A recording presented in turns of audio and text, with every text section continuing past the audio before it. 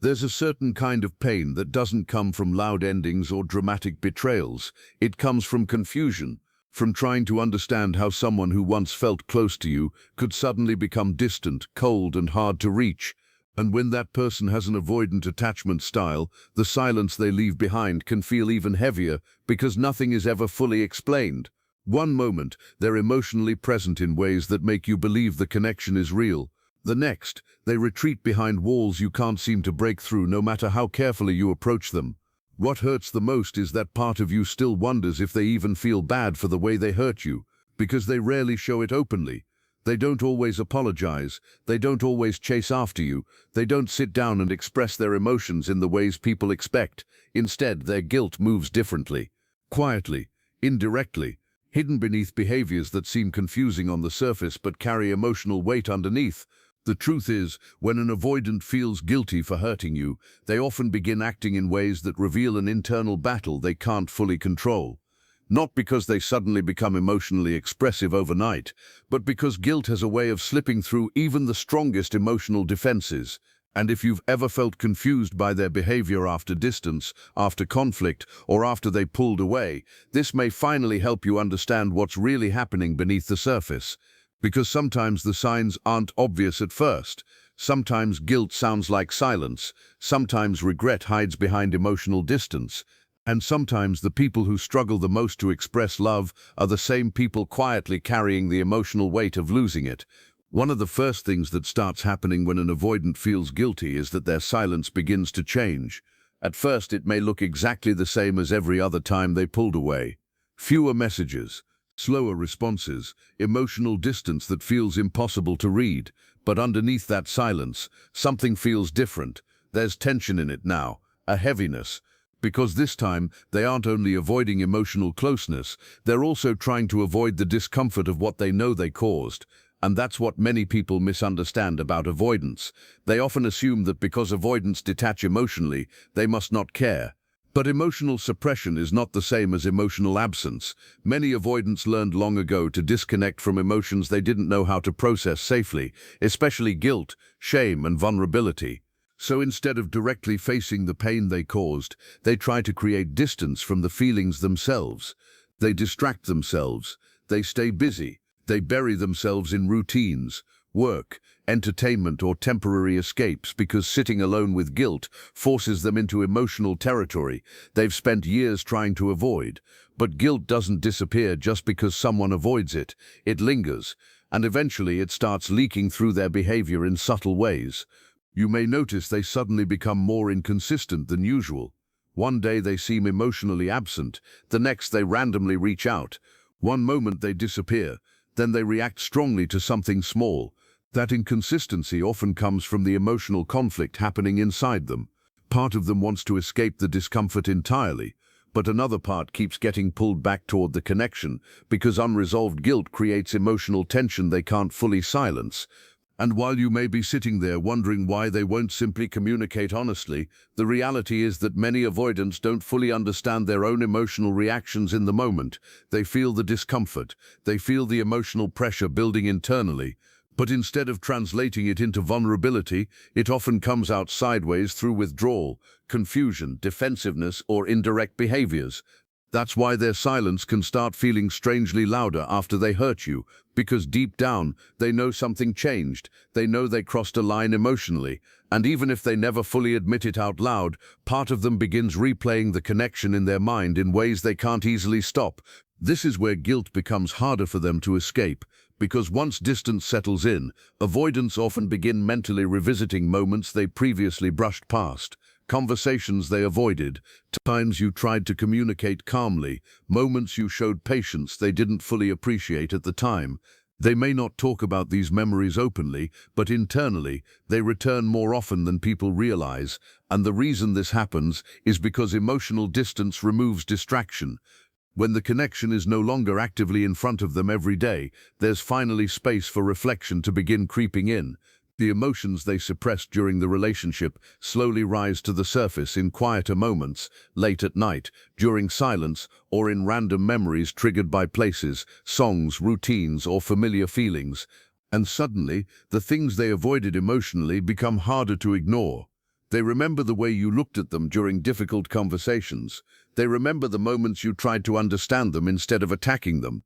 They remember your emotional consistency, your patience, your effort, and what makes guilt especially uncomfortable for avoidance is that these realizations often arrive long after the emotional damage was done.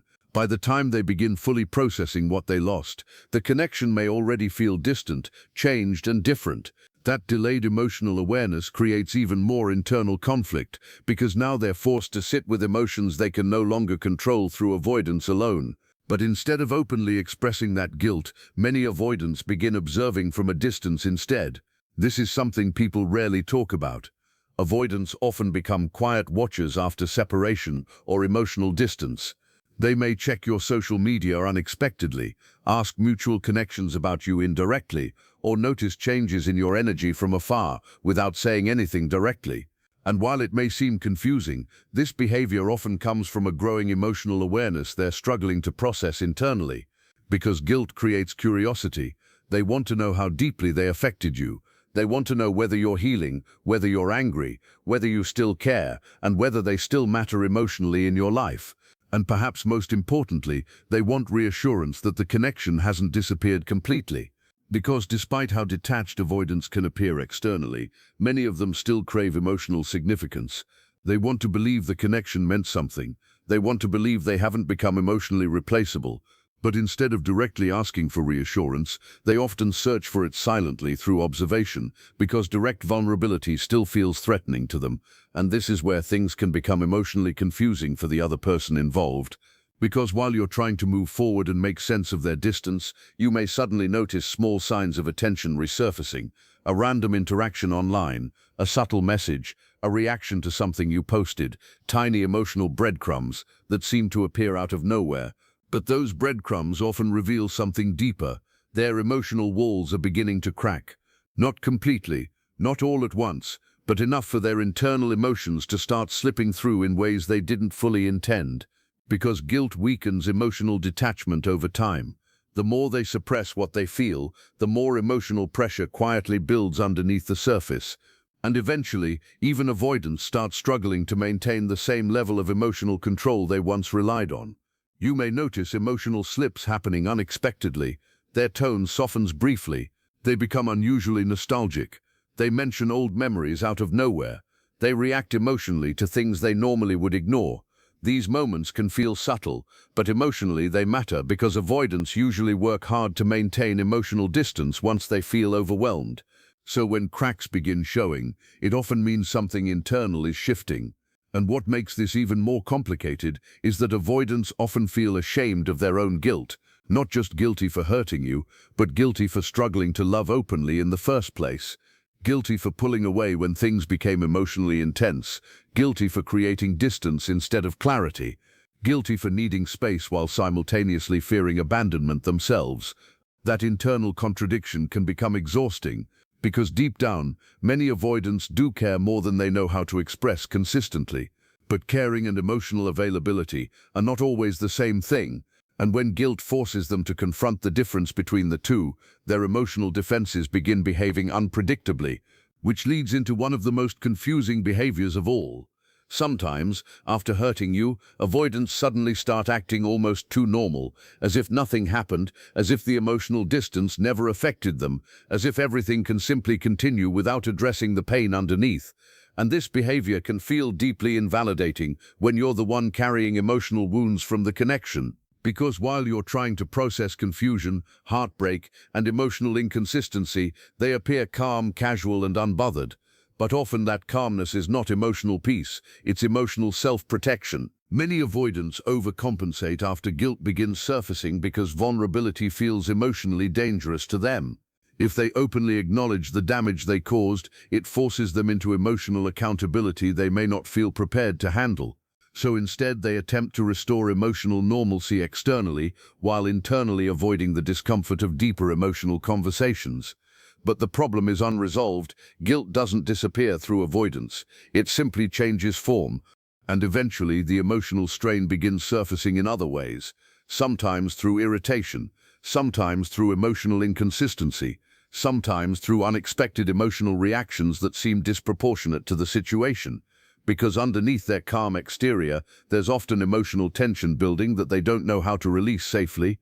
And this is why people often feel so emotionally confused by avoidance after being hurt by them. Their actions and emotions don't always align in obvious ways. They may care deeply while simultaneously avoiding closeness. They may miss you while refusing to reach out honestly. They may feel guilt while pretending everything is fine. Not because they're intentionally trying to manipulate emotions every single time, but because emotional suppression has become their survival pattern for so long that vulnerability itself feels overwhelming. And the hardest part about loving someone like this is that you start searching for emotional certainty in behaviors that were never emotionally clear to begin with. You begin analyzing every silence, every small interaction, every moment of distance, trying to figure out whether their guilt means they truly cared or whether you imagined the depth of the connection entirely. But here's what many people eventually realize. The fact that someone struggles to express guilt properly does not erase the impact they had on you, and their emotional confusion does not mean your pain was insignificant. Because even when avoidants hide behind silence, even when they struggle to communicate openly, their behavior often reveals far more than their words ever could. Because after a while, the emotional tension they've been trying so hard to suppress starts showing up in ways they can no longer fully control. And one of the clearest signs of that internal conflict is how reactive they suddenly become. This is the part that confuses so many people. You expect guilt to look soft, regretful, and open. But with avoidance, guilt often comes out through irritation before it ever comes out through vulnerability. And if you've ever watched someone grow unusually defensive, distant, or emotionally tense after hurting you, you've probably already experienced this firsthand. Because when avoidants feel guilty, your presence itself can become emotionally triggering to them. Not because you did something wrong, but because being around you forces them to feel emotions they've been trying to escape. Every conversation becomes a reminder. Every moment of closeness brings emotional pressure back to the surface, and instead of processing that pressure directly, they sometimes react to it indirectly through frustration, impatience, or emotional withdrawal. Suddenly, little things bother them more than usual. Simple conversations feel heavier. Your emotional needs start feeling too much, even when you're expressing them calmly. And beneath all of it, there's often an unspoken emotional truth they don't know how to admit. They feel overwhelmed by the awareness that they hurt someone who genuinely cared for them. That awareness creates internal shame, and shame rarely behaves calmly inside avoidance. It creates tension, restlessness, and emotional defensiveness. Because once guilt begins mixing with shame, they stop seeing emotional conversations as opportunities for connection and start experiencing them as emotional threats to their self-image. Deep down, many avoidants already fear being emotionally inadequate. They fear not knowing how to sustain closeness properly. They fear disappointing people once intimacy deepens. So when guilt confirms those fears internally, their nervous system often reacts before their vulnerability ever has the chance to speak. That's why their reactions can feel so contradictory. Part of them feels bad for hurting you, but another part desperately wants to escape the discomfort of feeling emotionally exposed. And when those two forces collide internally, emotional inconsistency becomes almost unavoidable. You may notice them becoming cold right after moments of closeness. You may notice sudden emotional shutdowns after vulnerable conversations. You may notice them acting irritated in situations that once felt safe and easy between you. But often what you're witnessing is not emotional indifference, it's emotional overload, because guilt has started cracking through the emotional walls they spent years building to protect themselves from vulnerability. And the deeper the connection once was, the harder those emotions become to ignore. That's why something else slowly begins happening beneath the surface. They start remembering the little things, not just the major moments in the relationship, not just the dramatic conversations or painful endings, but the small things, the ordinary things, the details they once acted unaffected by suddenly begin resurfacing in unexpected moments. The way you comforted them without judgment, the small routines you shared together, the emotional safety they quietly relied on without fully admitting it at the time. And this is one of the strangest parts about avoidance. Sometimes they don't fully feel the emotional weight of a connection until there's enough distance to finally recognize what was actually there. Because while the relationship is active, emotional closeness can feel overwhelming to them. Their focus often stays locked onto pressure, expectations, vulnerability, or the fear of losing independence. But once the connection is gone or emotionally weakened, the emotional noise quiets down enough for memory to start filling the silence, and memory can become incredibly powerful when guilt is attached to it. Suddenly, they remember things they once minimized, the times you waited patiently for them to open up, the effort you made to understand their emotional patterns, the moments you stayed emotionally present, even when they pulled away. And what makes this especially painful for them internally is realizing how much emotional safety they may have taken for granted, because guilt has a way of forcing people to see value more clearly after distance arrives, not before, and that delayed realization can become emotionally haunting, especially when they begin recognizing that your consistency wasn't something easy to replace. This is why avoidants sometimes become unexpectedly nostalgic after hurting someone. They may bring up random memories out of nowhere, mention places you went together, or reference small moments that seemed insignificant at the time. And while those moments may appear casual on the surface, emotionally, they often carry much deeper meaning underneath. Because those memories are no longer just memories, they've become emotional evidence of what the connection truly meant to them, evidence they can no longer suppress as easily. But instead of fully moving toward vulnerability, avoidants often get trapped in another painful cycle. The push-pull dynamic becomes even stronger than before, and this is where things become emotionally exhausting for the person on the receiving end. Because just when you start accepting the distance, they return, not fully, not consistently, but enough to reopen emotional wounds you were trying to heal from. A message appears, a small emotional gesture, a sudden moment of warmth after weeks of coldness, and just as you begin feeling emotional closeness again, they retreat once more. This cycle can feel incredibly confusing until you understand what's happening underneath it. Avoidants often experience two fears simultaneously, the fear of emotional engulfment and the fear of emotional loss. When guilt enters the picture, both fears intensify. Part of them wants reconnection because guilt keeps emotionally pulling them back toward the bond. They miss the emotional security, the familiarity, and the attachment itself. But the closer they move toward emotional vulnerability, the more their nervous system starts reacting to the fear of intimacy again. So they move closer, then panic internally, then pull away again, not necessarily because their feelings disappeared, but because emotional closeness activates unresolved fears they still don't know how to regulate. And this is what makes the push-pull dynamic so emotionally painful. You begin feeling hopeful every time they return emotionally. You start believing maybe this time things will finally become clear. Maybe this time they'll express what they truly feel. Maybe this time they'll stop running from vulnerability. But unless they've genuinely started addressing their emotional patterns consciously, the cycle often repeats itself. Because guilt alone does not automatically create emotional growth, it only creates emotional awareness. And awareness without healing still struggles to sustain consistency. That's why many avoidants try easing their guilt indirectly, instead of confronting it openly. They begin making small gestures that seem almost random at first, checking in unexpectedly, doing small favors, sending subtle signs of care without directly addressing the deeper emotional issues underneath. And for someone who's been hurt by them, these gestures can feel incredibly confusing because they create emotional hope while avoiding emotional clarity. But in many cases, these indirect actions are the avoidant's attempt to reduce emotional guilt without fully exposing themselves to vulnerability. Direct apologies require emotional openness. Direct accountability requires emotional discomfort. And many avoidants struggle deeply with both, so instead they communicate emotionally through indirect behaviors because it feels safer than openly admitting the depth of what they feel internally. This is why some avoidants suddenly become kinder after distance, softer, more attentive in subtle ways. Not because they suddenly transformed emotionally overnight, but because guilt is quietly reshaping how they experience the connection internally. And the more emotionally significant the relationship was to them, the harder it becomes to completely disconnect from that guilt.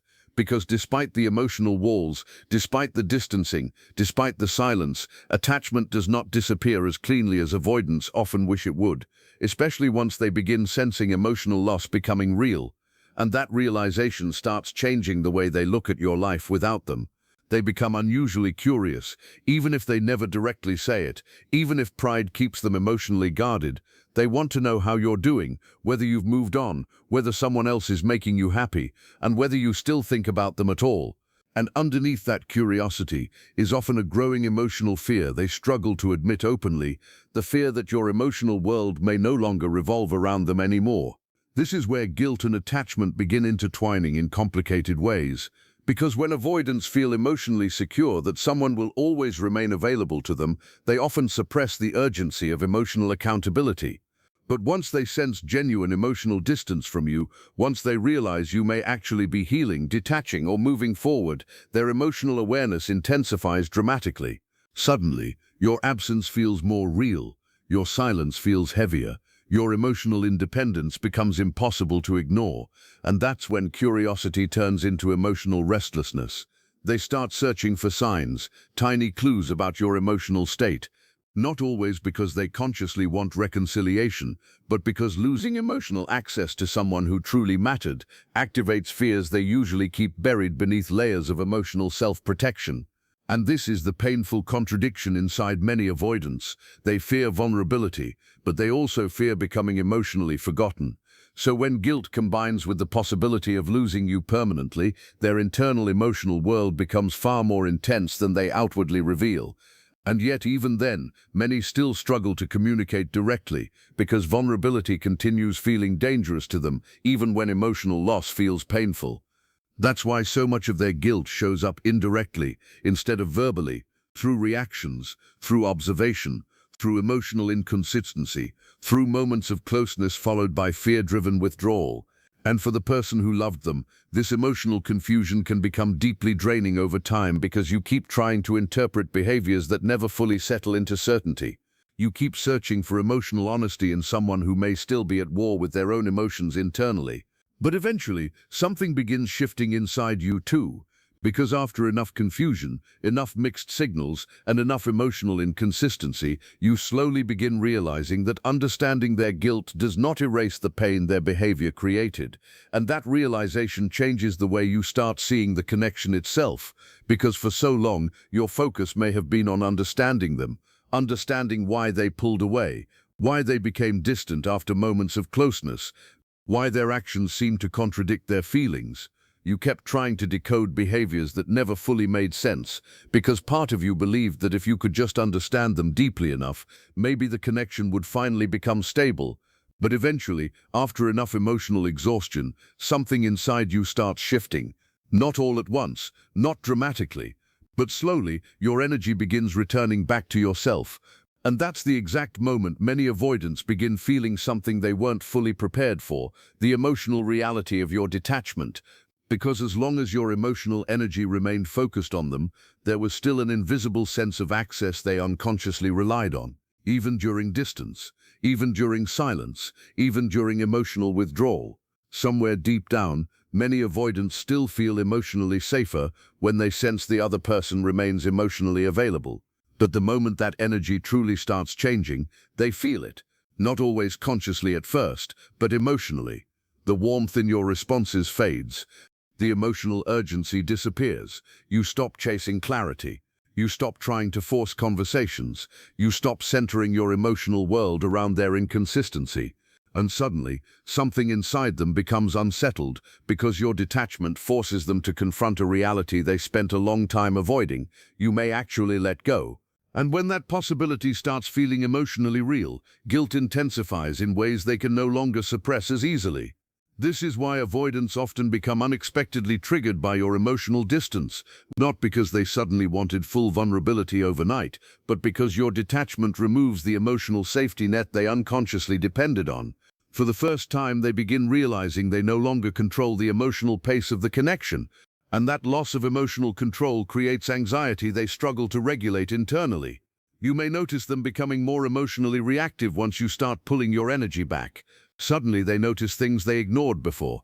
They become more attentive to your silence, more sensitive to your absence, more emotionally alert to signs that you may no longer need them in the same way. Because deep down, many avoidants are more affected by emotional loss than they outwardly admit. They simply learn to suppress those feelings instead of expressing them openly. But when your emotional availability starts disappearing, suppression becomes much harder to maintain. And this is where something even deeper begins happening beneath the surface. They start questioning their own patterns, not just the relationship itself, not just the conflict, but themselves. Because once enough distance settles in, avoidants sometimes reach a painful realization they've been unconsciously running from for years. This keeps happening. Different faces, different relationships, different endings, but somehow the emotional cycle always returns to the same place. Closeness begins, vulnerability increases, emotional pressure builds, distance follows, and eventually someone gets hurt. That realization can become emotionally devastating for avoidants because it forces them to confront something they've spent most of their lives avoiding. The possibility that their coping mechanisms are not protecting them anymore, they're isolating them. And guilt becomes especially heavy when self-awareness finally starts breaking through denial, because now they aren't only grieving the relationship, they're grieving the growing awareness that their emotional patterns may have contributed to losing something meaningful. This is why some avoidants begin reflecting more deeply after separation than they ever did during the relationship itself. Distance removes emotional immediacy, which allows reflection to slowly emerge underneath the defensive reactions. They begin recognizing moments where they shut down emotionally instead of communicating, moments where they created distance instead of vulnerability, moments where fear quietly controlled their behavior more than love did. And for many avoidants, this awareness doesn't arrive with clarity. It arrives with discomfort, with shame, with emotional regret they don't fully know how to process. Because the hardest part about self-awareness is realizing you may have hurt people who genuinely tried to love you carefully, people who showed patience, people who stayed emotionally present, people who tried to understand your fears instead of attacking them. And once avoidants begin seeing that more clearly, their guilt often deepens significantly. But even then, vulnerability still doesn't come easily, because awareness and emotional expression are two very different things. And many avoidants remain trapped between what they feel internally and what they know how to communicate externally. That's why another quiet emotional struggle begins surfacing. They secretly hope you still understand them, even after everything, even after the distance, even after the emotional confusion. Part of them wants to believe that somewhere inside you, there's still empathy for the fears they never fully explained properly. They want to believe you still see the wounded parts beneath their emotional walls, because despite how emotionally guarded avoidance can appear, many carry a deep fear of being fundamentally misunderstood, and guilt intensifies that fear because once they realize they hurt you, they also fear becoming the villain in your story permanently. They fear being reduced to their worst moments, their silence, their distance, and their emotional inconsistency. And beneath all their emotional defenses is often a quiet longing for someone to still recognize the parts of them that struggled silently beneath the surface. This doesn't excuse harmful behavior. It doesn't erase emotional damage, but it does explain why avoidants sometimes continue emotionally orbiting connections long after they've pulled away physically. Because part of them still hopes the emotional bond hasn't been completely destroyed. Part of them still wants to feel emotionally seen without having to expose themselves fully. And this is where their behavior often becomes especially subtle and emotionally confusing. They begin dropping emotional breadcrumbs, not direct confessions, not full vulnerability, just small hints, tiny openings, late-night messages that feel emotionally loaded but incomplete, random check-ins that seem casual on the surface, conversations that circle around emotion without fully entering it. And if you've ever experienced this, you know how emotionally disorienting it can feel, because these moments create emotional closeness just long enough to reopen old feelings, but rarely long enough to create true emotional clarity. But these breadcrumbs often reveal something important. The avoidant is struggling internally between emotional pride and emotional regret. One part of them wants reconnection, another part fears vulnerability. One part misses the emotional safety of the bond, another part fears the emotional exposure required to rebuild it honestly. So instead of moving fully toward you or fully away from you, they remain emotionally suspended somewhere in between. And that emotional limbo can last far longer than people expect, especially when guilt remains unresolved. Because unresolved guilt keeps emotional attachment active beneath the surface, even during silence. even during distance, even during emotional avoidance. That's why avoidants sometimes reach out in indirect ways months later, even after long periods of emotional absence, not necessarily because they fully resolved their patterns, but because emotional attachment doesn't disappear simply because someone avoided expressing it openly. And what makes this even more emotionally complicated is that during this period of reflection, many avoidants begin realizing something they failed to fully appreciate before. You gave more than they admitted to themselves at the time. This realization often arrives quietly, not through dramatic breakthroughs, but through comparison. Because once distance settles in and new interactions begin feeling emotionally shallow or disconnected, avoidants sometimes start recognizing the emotional depth of what they actually had with you. Your patience, your consistency, your willingness to stay emotionally present through difficult moments, the emotional safety you tried to create. Things they once viewed as normal suddenly become rare, and that awareness can feel emotionally overwhelming because now they're forced to confront the possibility that they didn't lose something ordinary. They lost someone who genuinely tried, someone who kept showing up emotionally even when things became difficult. And guilt becomes much heavier once appreciation arrives too late, because delayed appreciation carries a particular kind of emotional pain. The pain of realizing value after distance has already created damage.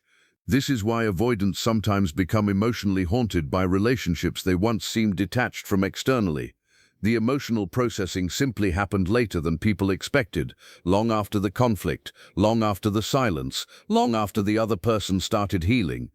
And by the time those emotions fully rise to the surface, they often realize the connection no longer feels as emotionally accessible as it once did. That realization can become deeply destabilizing internally because now they aren't only dealing with guilt, they're dealing with emotional regret, the realization that fear may have cost them something meaningful. And what hurts even more is that many avoidants secretly know you tried harder than they allowed themselves to acknowledge at the time. They know you were patient, they know you gave emotional reassurance, they know you fought for understanding instead of immediately giving up. And once that truth settles in emotionally, their guilt often transforms into something much deeper, the painful awareness that they may have pushed away the very kind of connection they were quietly searching for all along. And that realization is often where the emotional unraveling truly begins, because there comes a moment when the avoidant stops focusing only on their fear of intimacy and starts feeling the weight of your absence instead. Not the temporary kind of absence they've grown used to managing through emotional distance, but the kind that feels final, the kind that quietly tells them something has changed in you, that you're no longer waiting in the same way, no longer emotionally revolving around their silence, no longer placing your life on pause hoping they'll become emotionally clear. And when that moment finally hits them, it can feel emotionally destabilizing in ways they never expected. Because for a long time, part of them unconsciously believed the connection would always remain emotionally available in the background, even through distance, inconsistency, and silence. But when they begin sensing that your heart is truly detaching, panic starts surfacing internally. Not always outwardly, but deeply, because now they're no longer facing hypothetical loss, but real emotional separation. This is the stage where they become hyper-aware of your emotional shift. They notice your calmness, your reduced reactions, your independence, and the emotional stability they once took for granted suddenly becomes what they fear losing most, because your detachment forces them into uncertainty. They no longer know where they stand with you or whether they still matter in the same way, and perhaps most painfully, they start realizing you may no longer need them emotionally to move forward. That realization creates a quiet emotional panic they rarely admit to. Beneath their fear of closeness is another fear, becoming irrelevant, being forgotten, no longer holding a place in your emotional world. And when that possibility feels real, guilt intensifies. They begin questioning everything they avoided before. What if they really lost you? What if the distance went too far? What if you're finally done trying?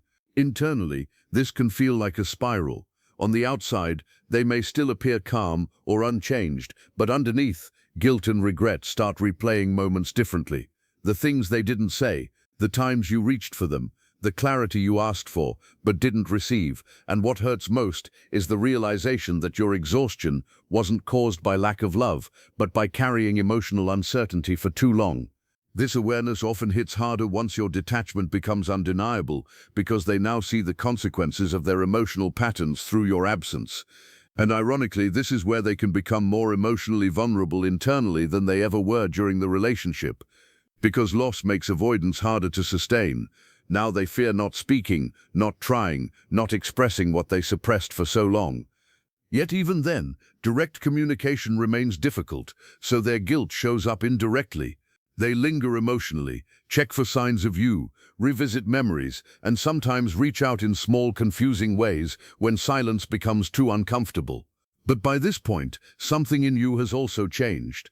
Because after enough emotional exhaustion, clarity slowly replaces longing, not because you stopped caring overnight, but because you began seeing how much of yourself you were losing while trying to understand someone who couldn't understand themselves. You start recognizing the waiting, the inconsistency, the emotional imbalance, and your perspective shifts. You stop romanticizing mixed signals, you stop mistaking distance for depth, and you begin asking a different question: what did this experience teach you about yourself? Because healing begins when your focus returns to your own emotional reality, not theirs. You start seeing your need for consistency, emotional safety, and mutual effort more clearly. And you realize those needs were never the problem, they were simply unmet. And once that realization settles, everything changes. You stop chasing emotional clarity from people who only offer confusion. You stop overextending for those who can't meet you emotionally. And you stop measuring your worth by someone's ability to stay consistent. And ironically, that's often when avoidants feel your absence most deeply, because your energy is no longer reaching for them. Your focus has shifted, your boundaries are forming, and you're no longer waiting. And for them, that can be unsettling, because they're now facing a version of you that is no longer centered around their emotional availability. You've chosen yourself, and that realization often lingers far longer than they express. Because even if avoidants don't always show it, meaningful emotional connections don't disappear easily, especially the ones where someone truly saw them beneath their walls. Especially the ones where they were loved with patience they didn't know how to receive, and sometimes they only understand that wait after distance makes it too late to respond the way they once could have. And if you've been carrying confusion about someone like this, understand one thing clearly: their emotional inconsistency was never a reflection of your worth. You were not difficult to love. You were simply trying to build closeness with someone who learned to survive through emotional distance. And while understanding their guilt may bring clarity, your healing truly begins the moment you stop waiting for them to finally realize what you already had to survive in the process of loving them.